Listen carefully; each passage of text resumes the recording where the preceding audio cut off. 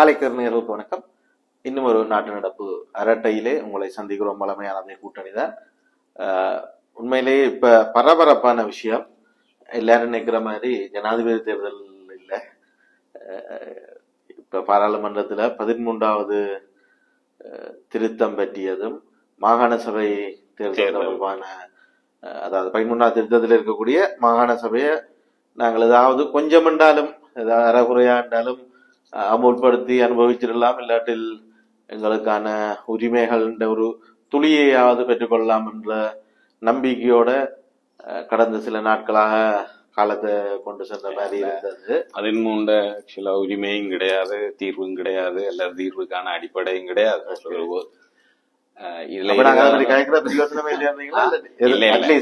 அதுல ரணில் என்ன செய்தார்ன்றதை பற்றியதுதான் முக்கியமே தவிர 13 அல்லது மாகாண சபை தேர்தல் சட்டங்களோ அல்ல. 13 ஒருபோதுமே எங்களுக்கு தீர்வு இல்லை, தீர்வுக்கான அடிப்படையும் இல்லை என்றது ஒன்று இருந்த அது வெளிப்படையானது.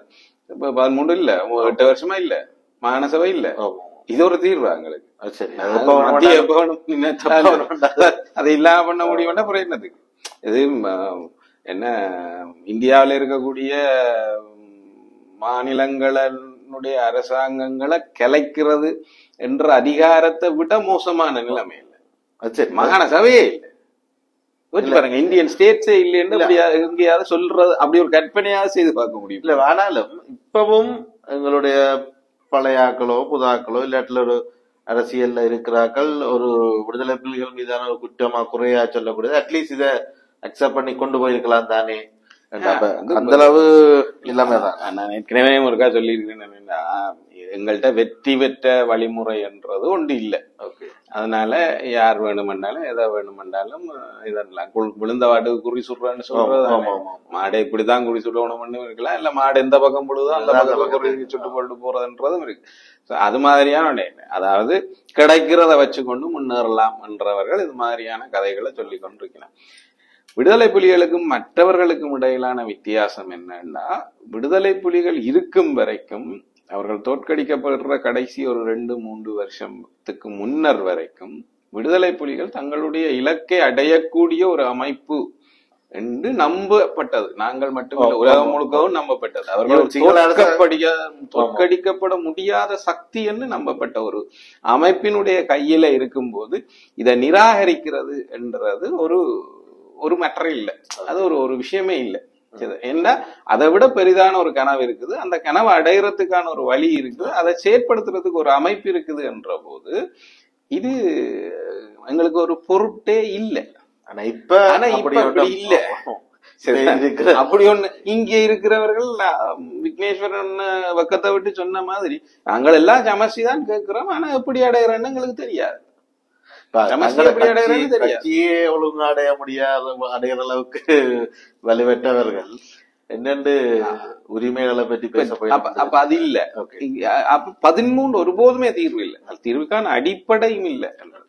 இங்க என்ன இந்த 13 பற்றிய நியாயப்பாடுகள் அல்லது அதை பற்றிய கேட்கறது எல்லாம்டா, இலங்கை அரசமைப்பில அது ஒரு பாகம்.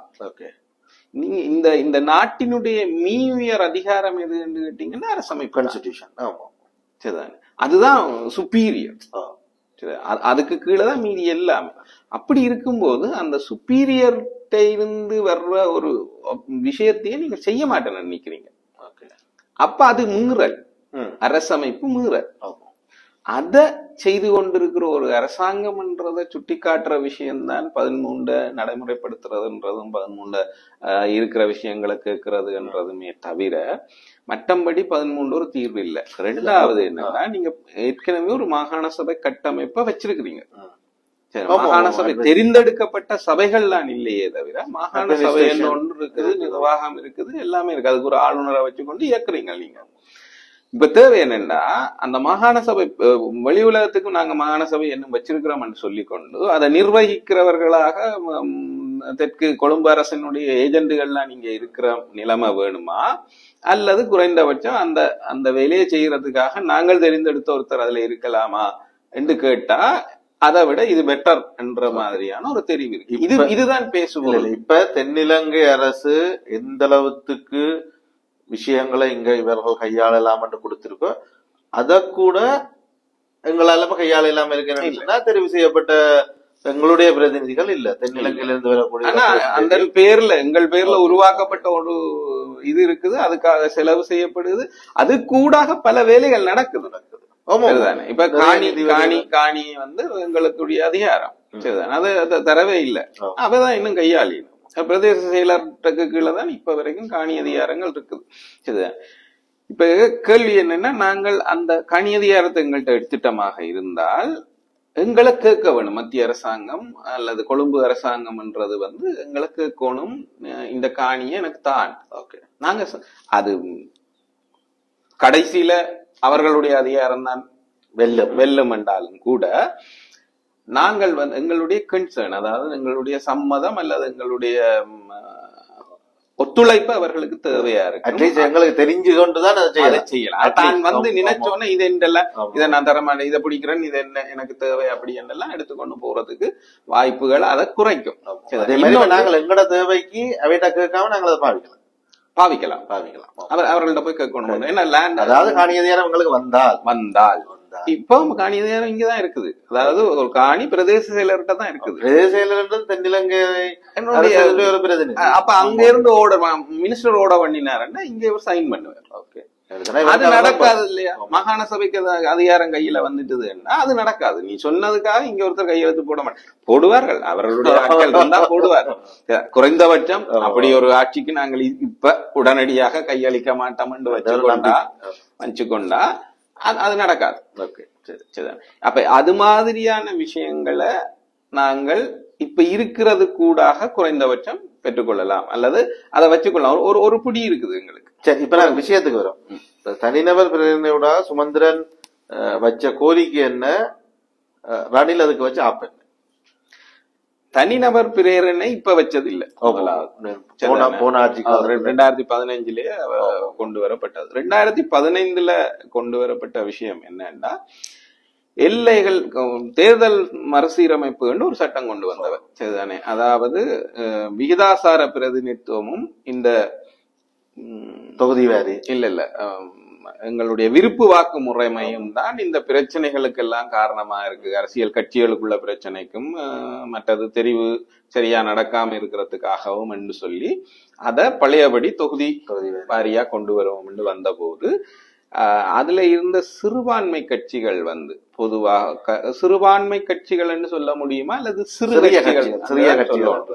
ஏன்னா சிறுபான்மை கட்சிகள்லயே பெரிய கட்சிகள் அதை பெருசா ஆதரிக்கல. ஆனால் சிறு கட்சிகள் என்ன சொல்லிச்சதுன்னா, நீங்க முழுமையா தொகுதி வாரி பிரதிநிதித்துவத்துக்கு போனீங்கன்னா எங்களுக்கான பிரதிநிதித்துவம் எல்லாமும் இல்லாம முழுசாடி வரும். அப்ப அது ஒரு கலப்பு பொறிமுறையாக மாத்திக்கணும், தேர்தல் முறைய மாத்திக்கணும். அது உள்ளூராட்சி கடைசியான நடந்த தேர்தல் அப்படிதான் கொண்டு வரப்பட்டது. அந்த அப்ப அதை கொண்டு வரும்போது என்ன ஆயிடுச்சுன்னா, நீங்க எல்லை நிர்ணயம் செய்ய வேண்டியதா இருந்தது. என்ன சொன்னா தொகுதி வாரி தொகுதி வாரிய அப்ப தொகுதி வாரி எல்லை நிர்ணயங்கள் செய்யறதுக்கு பிரதேச சபைகளுக்கான தொகுதி வாரி எல்லை நிர்ணயங்கள் செய்யப்பட்டது. ஆனா மாகாண சபைகள் தொகுதி வாரி எல்லை நிர்ணயம் செய்யப்படுறதுல ஒரு தெளிவான முடிவுக்கு வர முடியும். அது வந்து முதல் தொகுதி வாரி இருக்க பிரதேச சபை நடைமுறையில இருந்தது, மாகாண சபை நடைமுறையில இல்ல. ஆனா இது திருப்பவும் செய்யப்பட்டதுதான். அது பெரிய வித்தியாசம் இல்ல. ஒரு குறிப்பிட்ட சின்ன பிரதேசங்கள்லானே அதுக்குள்ள தொகுதிகளை பிரிக்கிறதுன்றத வைக்க என்ன whatever it is, நீங்க மாமனும் மச்சானதான் பக்கத்துல தொகுதியை பிரிச்சு விட்டாங்க, பெரிய பிரச்சனை இல்லை. ஆனா இப்ப யோசிச்சு பாருங்க, என்ன அனுராதபுரத்துக்கும் முல்லைத்தீவுக்குமான எல்லைகள்ல வந்து எங்களுக்கு பிரச்சனை இருக்கு. எங்கட எல்லையை எங்க கொண்டு போறதுன்றதுல பிரச்சனை. ஈரப்பெரியகுளம் வடக்கினுடைய எல்லையா அல்லது அதை தாண்டிய ஒரு இல்ல முல்லைத்தீவுக்கும் அப்படி வருது. அந்த இடைக்குள்ள என்ன அனுராதபுர எல்லையோட வரக்கூடிய கிராமங்கள் இருக்குல்ல, அதாவது திருவோணமலை நார்த் சென்ட்ரல் ப்ராவின்ஸுக்கும் நதர்ன் ப்ராவின்ஸுக்கும் இடையில பிரச்சனை வரும். அது மாதிரி ஈஸ்ட்லயும் வரும். நெஞ்சல புலனர்வ அந்த பகுதிகளோட அந்த எல்லைகள் எல்லாத்துலயும் அந்த சிக்கல் இருக்கு. ஏன்னா அப்புறம் தொகுதியா பிரிக்கும் போது மாகாண சபைக்கான தொகுதி என்பது புதுசு, அதுக்கு முன்னம் செய்யப்பட்டிருக்கு. அப்ப புதுசு. அப்ப அந்த எல்லை நிர்ணயம் செய்யப்படும் பிரச்சனைகள் வரும். அப்ப சில பகுதிகள் மற்றொரு மாகாணத்துக்கு போகும், அதை ஏற்க மாட்டோம், அப்படி இப்படி என்ற அந்த பிரச்சனைகள் எல்லாம் இருந்ததுனால அது வந்து முழுமையா முடிக்கல. அந்த மேப்பிங் வந்து முடிவடையல. அந்த மேப்பிங்க ஒரு வருஷத்துக்குள்ள முடிச்சு நாங்கள் இந்த சட்டத்தை கொண்டு வந்து தேர்தல் நடத்துவோம் என்று சொல்லித்தான் மாகாண சபை தேர்தல்கள் எல்லாத்தையும் ஹோல்ட் பண்ணினோம். சரிதான். ஆனா இந்த பிரச்சனையே காரணம் காட்டி காட்டி காட்டி காட்டி அதாவது எல்லா நிர்ணயம் முடிக்கப்படையில எல்லா நிர்ணயத்தை முடிக்கிறதுக்கு இந்த சிறுபான்மை கட்சிகளும் சிறு கட்சிகளும் இல்ல. இப்ப இது எங்களுக்கு மட்டும் பிரச்சனை இல்லை, மலையகத்திலேயே ஒரு பெரிய பிரச்சனையா இருக்கும். ஏன்னா தொகுதியா பிரிக்கும் போது என்ன அதுல யார் பெரும்பான்மை ஒவ்வொரு தொகுதியிலும் அப்ப அங்க என்ன ஆகுதுன்னா இப்ப இருக்கிற வழியில ஓரளவுக்காவது அவர்களுக்கு ஒரு மினிஸ்டர் போஸ்ட் எடுக்கக்கூடிய மாதிரி இருக்கக்கூடிய மாகாண சபைகள்ல இவர்கள் செய்த மேப்பிங்ல ஒன்றும் இல்லாம போற ஒரு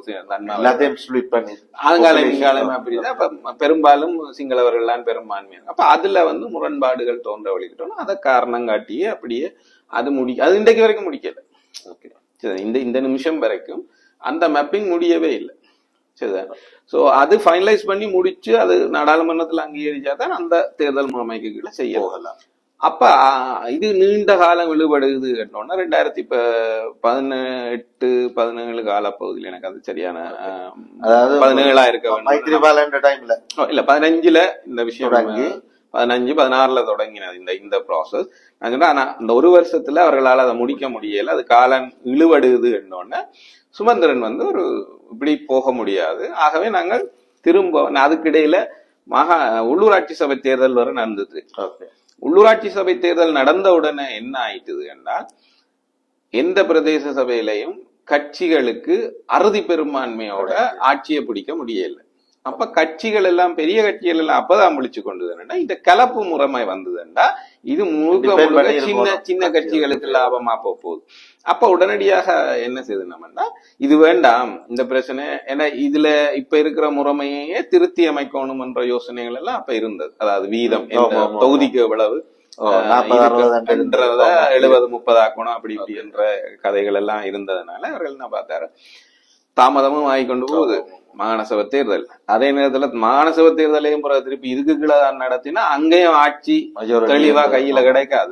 அதை விட திரும்பி பின் பலமா போயிட்டோம்னா பிரச்சனை இல்லாம இருக்கும் என்று நினைச்சுக்கொண்டு இவர் ஒரு தனிநபர் பிரேரணையை முன்வைக்கிறார். என்னன்னா நாங்க பழையபடி வீதாசார பிரதிநிதித்துவ முறையின் கீழேயே கொண்டு வருவோம், இந்த மாகாண சபை தேர்தலை நடத்த முடிப்போம்.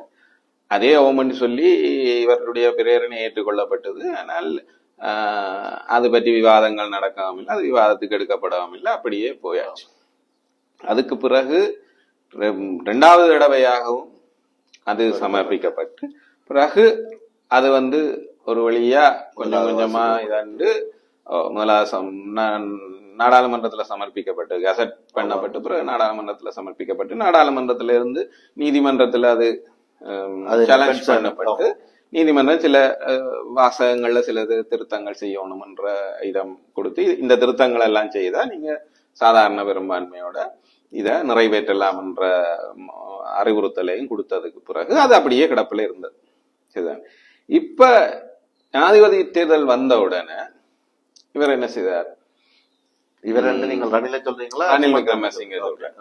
2 பேரும் தான் சந்தர்ப்பத்தை பயன்படுத்தி கொள்ளலாம் என்றத 2 பேருமே திட்டமிட்ட விஷயம்தான். அப்ப ரணில் விக்ரமசிங்க இவரை கூப்பிட்டு தன்னுடைய தேர்தல் விஷயங்கள் தொடர்பாக பேசும்போது சுமந்திரன் தரப்புல இருந்து சொல்லப்படுறது என்னன்னா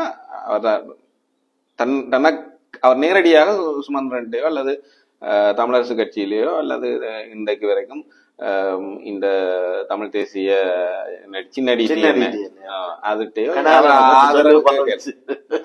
ஆதரவு கேட்கல. நேரடியாக என்ன ஆதரிங்கோ, தமிழ் மக்களுடைய வாக்குகள் எனக்கு பெற்றுத்தாங்கன்னு அவர் கேட்கவே இல்லை. ஏன்னா அவர் தெரிஞ்சிருக்கு சொல்லி போட போறது இல்லை. அப்படி கேட்டா அது வேற மாதிரியான ஏற்படுத்தலாம் என்றதும் அவருக்கு இருந்திருக்கலாம். அதை விட அவருக்கு வேறையும் காரணங்கள் இருந்திருக்கலாம். தனக்கு ஆதரவு தர்றதை விட சஜித்துக்கு ஆதரவு போகாம இருக்கிறதா முக்கியம் இல்ல. அப்ப அந்த நோக்கம் இருந்ததுனால இவ சுமந்திரனையும் சாணக்கியனையும் கூப்பிட்டு பேசும்போது ரணில் விக்ரமசிங்க என்ன கேட்கிறாருன்னா தமிழ் மக்கள்கிட்ட எனக்கான ஆதரவு எப்படி இருக்கு என்றதை பற்றி கேட்கிறார். அப்ப இவர்கள் அவருக்கு என்ன விளக்கம் சொல்லினோம்னா உங்கள் மீது ஒரு நல்ல அபிப்பிராயம் இருக்கு, ஆனா நீங்கள் வாக்குறுதிகள் எல்லாத்தையும் கொடுத்தாலும் அதை நிறைவேற்ற மாட்டீங்கள் என்ற ஒரு அபிப்பிராயமும் உங்கள் மீது இருக்கு, அது உங்களுக்கு பாதகமானது. சரிதானே? அந்த அபிப்பிராயத்தை போக்க வேணுமாக இருந்தால் நீங்கள் குறைந்தபட்சம் இந்த மாகாண சபை சம்பந்தமாக நீங்கள் நிறைவேற்றுவதாக சொல்லி இருந்த வாக்குறுதிகளையாவது நிறைவேற்றுங்க. ஓகே, எப்ப இந்த தேர்தலுக்கு முன்னம் நிறைவேற்றினீங்களாக இருந்தால் சரி அவர் செய்தார் என்ற ஒரு நம்பிக்கை தமிழ் மக்கள் மத்தியில வரும். இப்ப அந்த நம்பிக்கை உங்களுக்கு சாதகமாக அமையலாம். ஏன்னா உங்களுக்கு ஆதரவு இல்லைன்னு சொல்றதுக்கு இல்லை, ஆனா ஆதரவளிக்க அழைக்கக்கூடிய மக்களும் கூட, தமிழ் மக்களும் கூட கொஞ்சம் மாதிரியான சந்தேகங்களோட மக்களுக்கு என்ற நீங்க சொல்லிட்டு செய்ய மாட்டீங்க என்ற விஷயத்தை பற்றி இவர்கள் சொல்லும் போது அவர் சரி அதை செய்து கொள்ளலாம் அப்படின்னு சொல்ற. அப்படி இதுக்கு முதல்ல அது இன்னொரு வரலாறும் இருக்கு. சுமந்திரன் மட்டும் இல்ல, இந்த ஒரு பழமொழி இருக்கு, என்னென்ன யாரோ எல்லாம் ஓடின மாட்டுல வந்தாராமன்ற கதையா எங்கட விக்னேஸ்வரன் ஐயா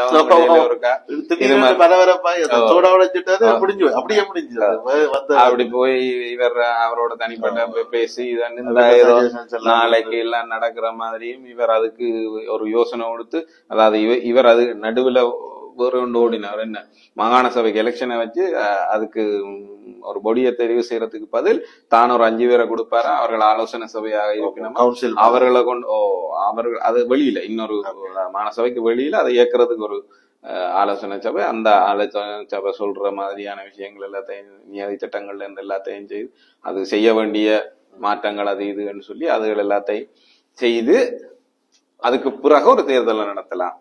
அப்படின்னா என்னன்னா இவர் சொல்றவர்களை அவர் குழுவுல போட்டாருன்னா மாகாண சபை யாருடைய கையில இருக்கும்? மறைமுகமாக விக்னேஸ்வரனுடைய கையில இருக்கும். அவற்ற கையில திரும்ப அந்த சீட்டுக்கு இருக்கலாம் என்ற மாதிரியான ஒரு யோசனையோட அவர் அந்த மூவெல்லாம் செய்தானே. அதுவும் ஒண்ணும் இல்ல, ரணிலா கொக்கா.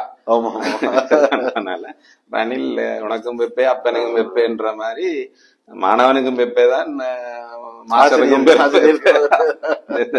அதனால அவருக்கும் அத முடிச்சு விட்டுட.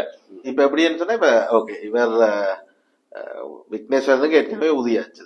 இப்ப சுமந்திரன் சாணக்கியன் பேச்சுவார்த்தையில அதெல்லாம் முடிஞ்சு ஓஞ்சி போயிட்டு மாணசபைன்றதெல்லாம் ஒரு பீக்குக்கு போயிட்டு நீங்க என்ன மாதிரி கேஸ் உடைச்சோன்னா சோடா கிளம்புற மாதிரி எல்லாம் போயிட்டு உடனே அடங்கியாச்சு. அது அடங்கி அதுக்கு பிறகு அதை பத்தி கதையே இல்லை, அவரை மறந்து போயிரு. அதுக்கு பிறகு ஜனாதிபதி தேர்தல் வரப்போது அது எப்படி நிப்பாட்டலாம்ன்ற முயற்சிகள் அதுன்னு சொல்லி இந்த கதையே இல்லை. அப்படி எல்லாம் இருந்ததுனாலதான் ஒரு தமிழ் பொது வேட்பாளர் நடத்தணும், இந்த தெற்கு கட்சிகள் எல்லாம் ஒரு அக்கறையும் கொள்ளுதில்லை, இன பிரச்சனையை ஒரு பொருட்டாவே மதிக்கதில்லை என்ற கருத்தியல்கள் எல்லாம் உருவாக தொடங்கினார். சரிதான். அதுக்கு பிறகு இந்த ஜனாதிபதி தேர்தல் நெருங்கி வந்த காலத்துல ஜனாதிபதி தேர்தல் அறிவிக்கப்படுறதுக்கு ஒரு சில வாரங்கள் முன்ன பின்னையான காலப்பகுதிகளில் சுமந்திரன் சாணக்கியன் ரணில் விக்ரமசிங்க ஆகியோருக்கு இடையில நடந்த பேச்சுக்கள்ல தான் இந்த ஒரு இணக்கத்துக்கு வருகிறது. சரிதானே? அதாவது இதை நிறைவேற்றுறது அப்படியே. இப்ப சுமந்திரன் நான் ஏற்கனவே உங்களுக்கு ஒரு ப்ரொபோசல் தந்திருக்கிறேன் என்னென்ன செய்ய வேணும், அதுல அவர் சில விஷயங்களை செய்யலாம் என்ற. சரிதானே? இப்ப காணி அதிகாரத்தை தர்றதுல அவருக்கு ஒரு பிரச்சனையும் இல்லை. அவர் என்ன சொல்றார், காணி ஆணைக்குழு ஒன்று உருவாக்கணும், அதை உருவாக்கி அது இல்லை, ஜனாதிபதியினுடைய அதிகாரத்தை பயன்படுத்தி அதை உருவாக்கி கொள்ள முடியும். நாடாளுமன்றத்துக்கு போய் அதை எல்லாத்தையும் அப்படி செய்துட்டு அதை நாங்கள் அந்த அதிகாரத்தை கொடுக்கலாம், போலீஸ் அது பிறகு பார்ப்போம் அப்படின்றதுதான். இவையும் அதை பற்றி எது முடியுமோ அதை செய்யுங்க, எதையோ செய்யுங்க, செய்யாமலே இருக்கிறதுக்கு எதையோ செய்யுங்க, செய்து மிச்சத்தை பற்றி இதன்னுங்க. இப்ப இவர்களை ஒரு பேச்சாக அதுக்கு போக இல்லை, சும்மா என்ன சொல்லினா ஏற்கனவே இதெல்லாம் இருக்கு, நீங்க இது எல்லாத்தையும் செய்தீங்கன்னா உங்களுக்கு நம்பிக்கை பிறக்கும், உங்கள் மீது மக்களுக்கு அந்த மாதிரி தமிழர்கள் உங்களை நம்புறதுக்கு இது ஒரு வழியா இருக்கலாம் அப்படின்ற மாதிரி இவர்கள் சொல்லி போட்டு வந்தது. சரி என்று தலையாட்டி தான் இந்த நகர்வுகள் போனது.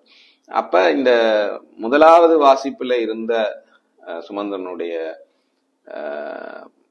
பிரேரணை எடுக்கப்பட்டு ஆகஸ்ட் 21 இரண்டாவது வாசிப்புக்கு போடப்படுது. இந்த ரெண்டாவது வாசிப்பு பாத்தீங்களன்னா ரெண்டாவது வாசிப்பு என்றது நாடாளுமன்றத்துல எப்பவுமே என்னன்னா அதுதான் முக்கியமான விவாதம். முதல் வாசிப்பு என்றது என்னன்னா அந்த பிரேரணையை வாசிக்கிறது, சமர்ப்பிச்சு இதுதான் நான் முன்வைக்கிற பிரேரணை அப்படின்னு அவர் அங்க அதுல சமர்ப்பிப்பார். சரிதான். அதன் மீது உடனடியா விவாதம் எல்லாம் டைம் கொடுக்கணும். அப்புறம் அன்றைக்கு எல்லாருக்கும் அந்த பிரேரணையுடைய பிரதிகள் எல்லாம் இஷ்யூ பண்ணப்பட்டு இது ரெண்டாவது வாசிப்புன்னு எழும் போதுதான் அதுதான் உண்மையான விவாதத்துக்குரிய காலம். மூன்றாவது வாசிப்பு என்றது என்னன்னா இந்த ரெண்டாவது வாசிப்பு கால பகுதியில செய்யப்பட்ட விவாதங்கள்ல குறிக்கப்பட்ட ஏற்றுக்கொள்ளப்பட்ட திருத்தங்கள் இருக்குதான், அந்த திருத்தங்கள் எல்லாத்தையும் செய்து ஃபைனலி இதுதான் நாங்க நிறைவேற்ற போறோம்னு மூன்றாவது வாசிப்புல அவ்வளவுதான். பெரும்பாலும் அதுதான். சரிதானே. மூன்றாவது வாசிப்புல விவாதங்கள் பெரிய அளவுல நடக்கிறது இல்லை. இப்பவாது அருமையாக நடக்கலாம், அவ்வளவுதான் அந்த மாதிரி. அப்ப அதை எப்படி நடக்கும்னா ஏற்றுக்கொள்றோம்னா எல்லாரும் ஏற்றுக்கொள்ளலாம், ஏற்றுக்கொள்ள ஏகமனதாக ஏற்றுக்கொள்ளப்பட்டதா அறிவிச்சு பாஸ் பண்ணப்பட்டோம். இல்லையா வாக்கெடுப்புக்கு வருவினோம். யாராவது ஒருத்தர் வாக்கெடுப்புக்கு கோரினாருன்னா வாக்கெடுப்புக்கு விடப்பட்டு அதிகமாக வாக்கு போட்டியிலாமா வைக்கி அதன் அடிப்படையில அது நிறைவேற்றப்பட்டது நிறைவேற்றப்படையில்லை அப்படின்ற மாதிரி ஒரு முடிவுக்கு வரப்படும். இதுல அந்த ரெண்டாவது வாசிப்பின் போது என்ன நடக்குதுன்னா ஒரு விவாதம் கூட இல்லாம அதை எடுத்த ஒரு ஆக கூடுதலா ஒரு 5 அல்லது 6 நிமிஷத்துல முடிஞ்சு. ஓகே, அந்த அமெண்ட்மெண்ட்ஸ் சொல்லிட்டு இல்ல ரெண்டாவது விவாதத்துக்கு எடுத்தது அவர்களுடைய அதை எப்படி என்ன இது விவாதத்துக்கு வருகுது, ஏற்கனவே எல்லாரும் பேசி காய்ச்சி எல்லாம் செய்த விஷயம்தான் அது பாஸ் பண்ணப்படுது. இப்படிதான் அது கடந்து போக வழிகிட்டது. ஆக விமல் வீரவன்சா அவருடைய கட்சியில இருக்கக்கூடிய ஒருத்தர் மட்டும் இன்னொரு எம்பியும் மட்டும்தான் அதுக்கு எதிராக ஏதோ எழுப்பி காய்ச்சார். சரிதானே. காய்ச்சி போட்டும் விமல் வீரவன்சா அப்பவும் கேட்கிறான் என்ன இது விவாதம் நடத்தப்பட வேணும் என்றெல்லாம் கேட்க அதெல்லாம் நிறைவேற்றிட்டு என்ன அப்படின்ற சபாநாயகர்ல அதுக்கு பதிலாக அதுல இருந்தவர் நிறைவேற்றி போயாச்சு.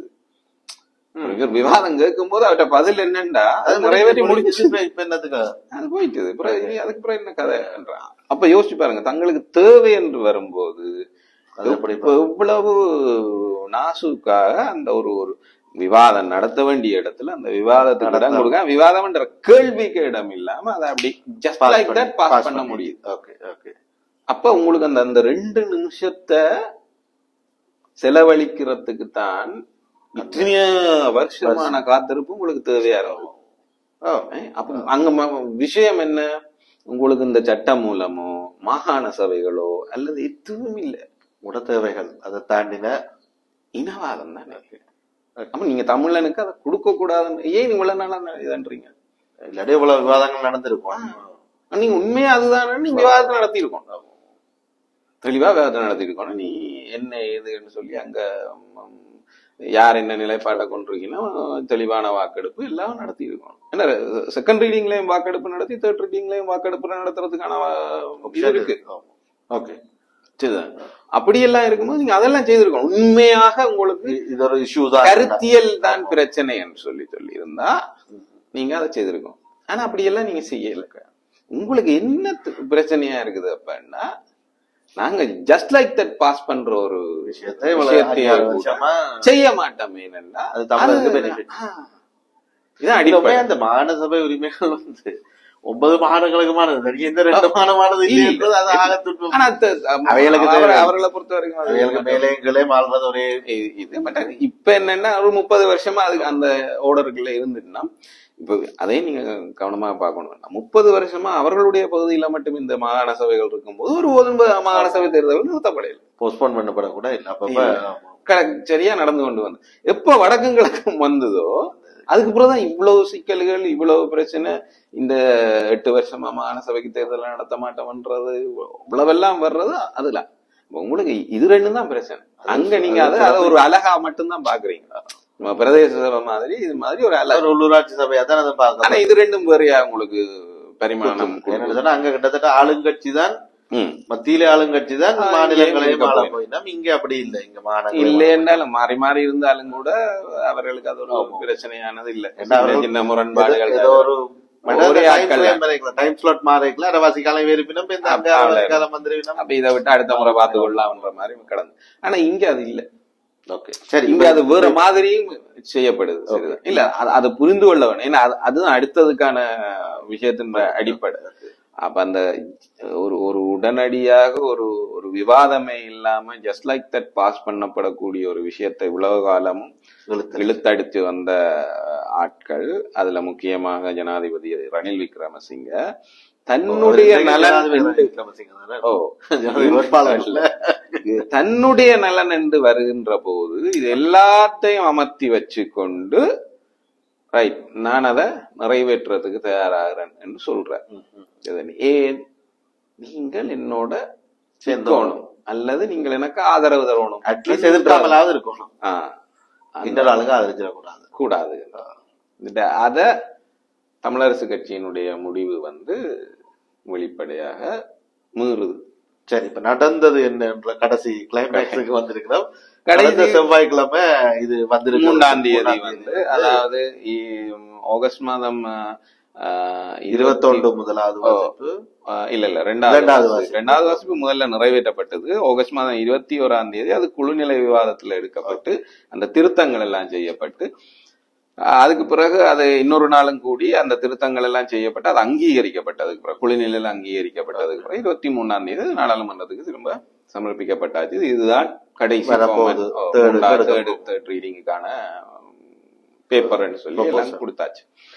சோ அது கொடுத்ததுக்கு பிறகு கட்சி தலைவர்கள் மாநாட்டுல அவர்கள் இணங்கி கொள்ளினோம். இதை செப்டம்பர் 3ஆம் தேதி 3வது வாசிப்புக்கு போட்டு அதை பாஸ் பண்ணி விடுவோம். ஆனா இது முதல்ல 23ஆம் தேதியே அநேகமா 23 இல்ல 24ஆம் தேதியே இந்த 3ஆம் வாசிப்புக்கு எடுக்கப்பட்டு நிறைவேற்றப்படும் என்ற மாதிரியான ஒரு இணக்கப்பாடு இருந்தது. ஆனா பிறகு அதை நைஸா தள்ளி கொண்டு 3ஆம் தேதிக்கு விட்டுட்டோம். சரிதானே, அங்கேதான் நாடாளுமன்றத்துல வேற என்ன இரங்கல், இதை விட முக்கியமான இரங்கல் இதுகள் எல்லாம் இருக்கிறதுனால என்று சொல்லி 3ஆம் தேதி கொண்டு வந்தேன்.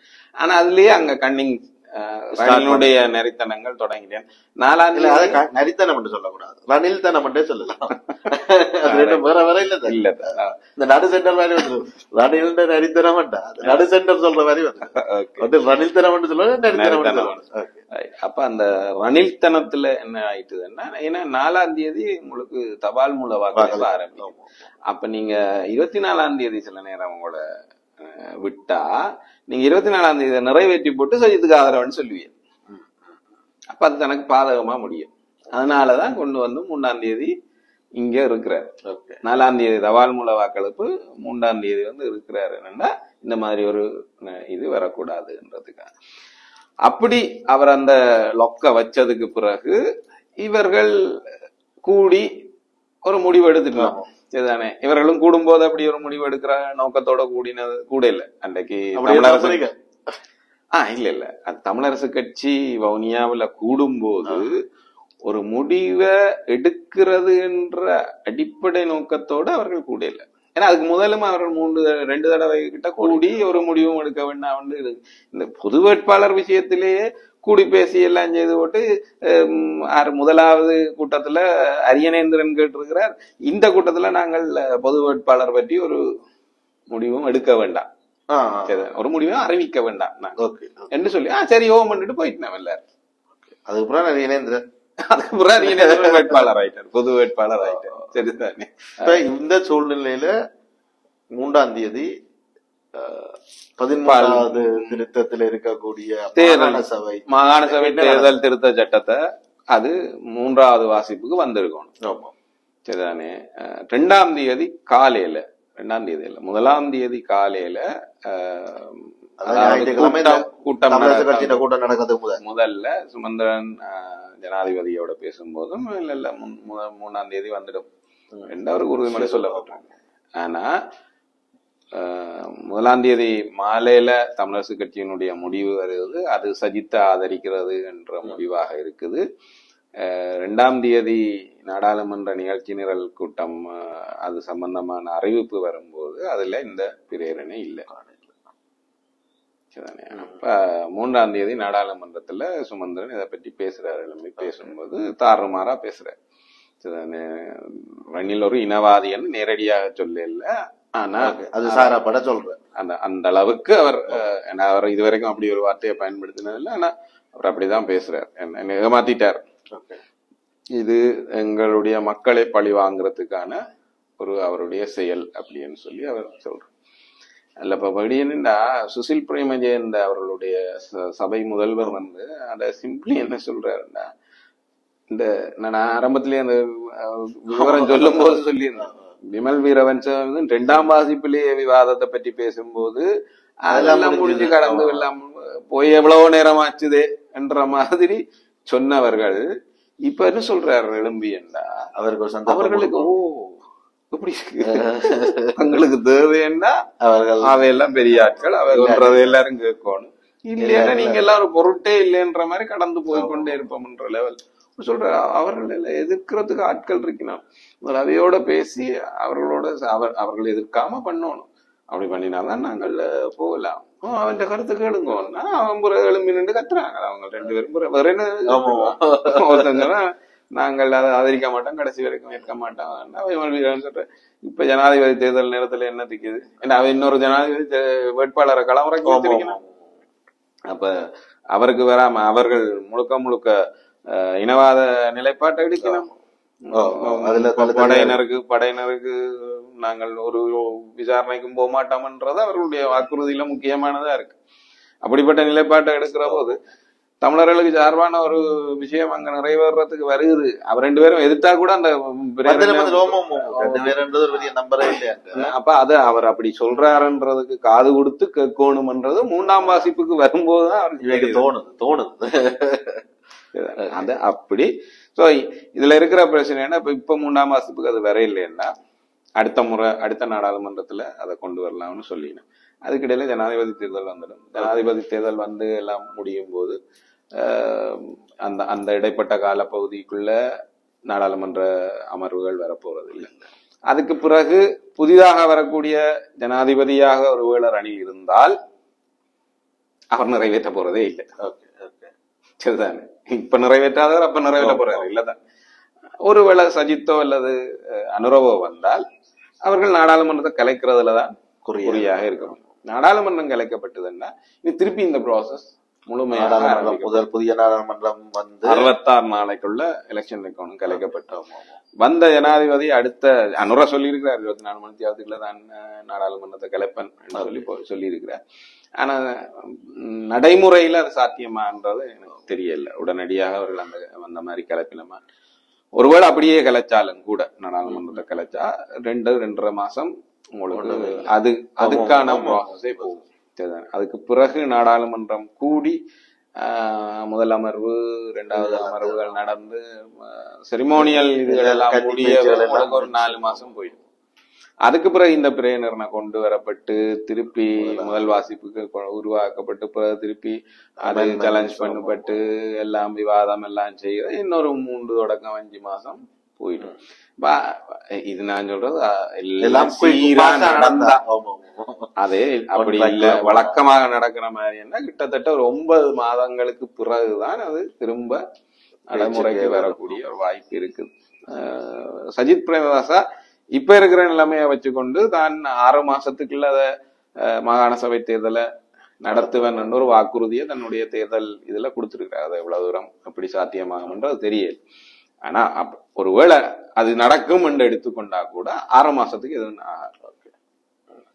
அந்த மாதிரியான ஒரு சூழல்ல இருக்குது. அப்ப 6 மாசம்ன்றது சாத்தியமே இல்லாத ஒன்று. ஆக குறைந்தபட்சம் 1 வருஷத்துக்கு இன்னும் 1 வருஷத்துக்கு மாகாண சபை தேர்தல்களை எதிர்பார்க்க முடியாது.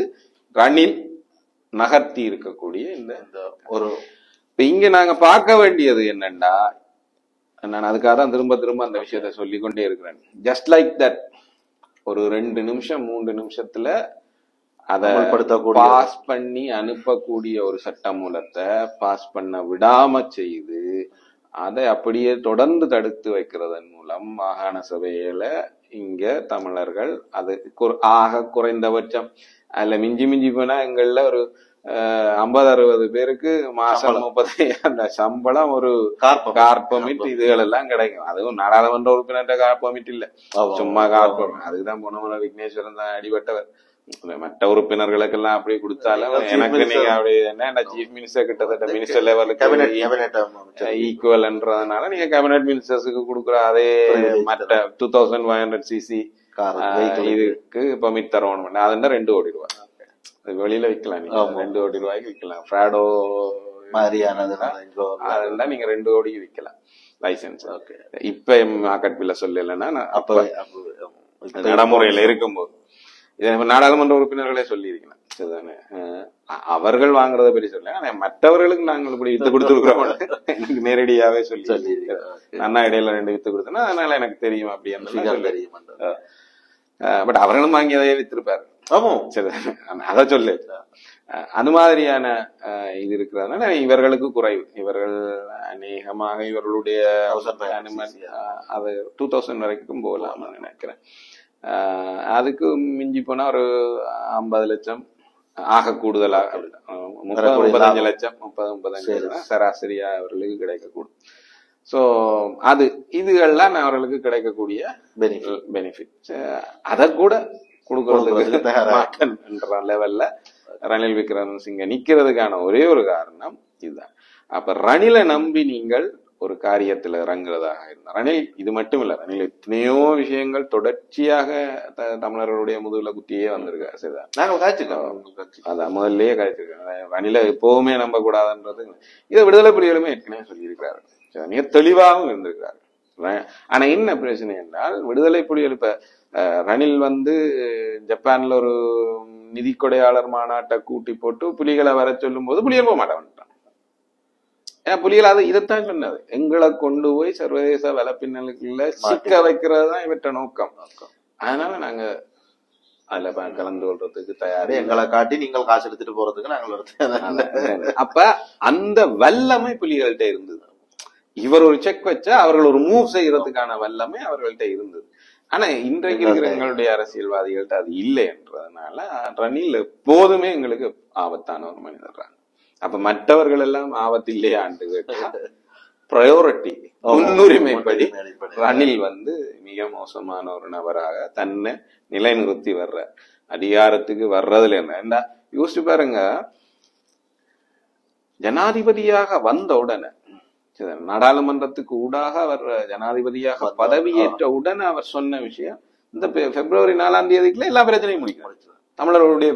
அதுல இருந்த ஒரு 2 வருஷத்துக்குள்ள இந்த அளவு தூரத்துக்கான மாற்றம், ஒரு பிரச்சனையை தீர்க்கிற நாட்டில் இந்த இன பிரச்சனை ஒரு பெரிய பிரச்சனையா இருக்கு, அதுக்கான தீர்வு முழுக்க கொண்டு வர்றேன்னு சொன்ன ஒருத்தர், பிப்ரவரிக்குள்ள பிரச்சனையுமே தீர்க்கிறேன்னு சொன்ன ஒருத்தர் 2 வருஷத்துக்குள்ள இனவாதியாக, முழுமையான இனவாதியாக தன்னை வழிகாட்டி ஒரு நிக்கிற ஒரு நிலைமைக்கு, அப்படி அவ்வளவு தூரத்துக்கு அவருக்குள்ள மாற்றம் இருக்குமென்னா, இவர் தன்னுடைய அதிகாரத்துக்காக, பதவிக்காக என்ன வேணும்னு செய்யக்கூடிய ஆள் தானே.